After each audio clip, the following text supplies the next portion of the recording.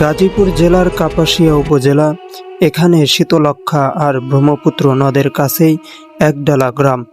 এই গ্রামটি একসময় ঐতিহাসিক একডালা দুর্গের অংশ ছিল, যে দুর্গ দিল্লির সুলতানদের আক্রমণ প্রতিহত করেছিল। কিন্তু ইতিহাসের সাক্ষী হয়ে সেই দুর্গের খুব সামান্যই অংশ অবশিষ্ট আছে। তবে সেই প্রাচীন ইতিহাসের পাশে আধুনিক স্থাপত্যের এক নতুন গল্প বলছে একডালা পশ্চিমপাড়া শাহী জামে মসজিদ। নদীর তীরে ঘেঁষে গড়ে ওঠা এই মসজিদটি যেন অতীত ও বর্তমানের এক অপূর্ব মেলবন্ধন। প্রায় 650 বছর আগে 1350-এর দশকে বাংলার স্বাধীন সুলতান ইলিয়াস শাহ এই দুর্গকে সংস্করণ করেন।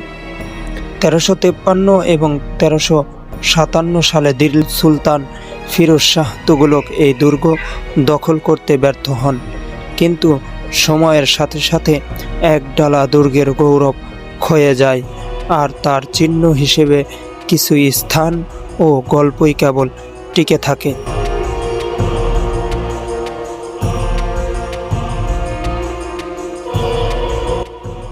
এই মসজিদটি আধুনিক স্থাপত্যের এক দারুণ উদাহরণ।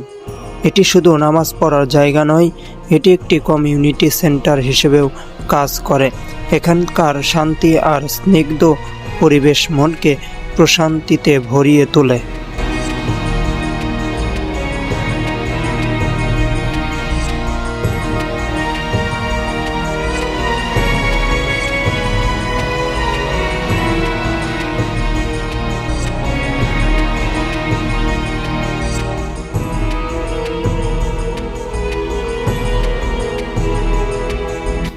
দিনের শেষে যখন আজানের ধ্বনি ভেসে আসে, তখন বোঝা যায় ইতিহাস হয়তো হারিয়ে যায়, কিন্তু বিশ্বাস কখনো মরে না। একডালা পশ্চিমপাড়া শাহী জামে মসজিদ সেই বিশ্বাসের প্রতীক হয়ে দাঁড়িয়ে আছে, যা প্রজন্মের পর প্রজন্ম ধরে এই অঞ্চলের মানুষের মনে শান্তি আর সম্প্রীতির বার্তা ছড়িয়ে দেয়।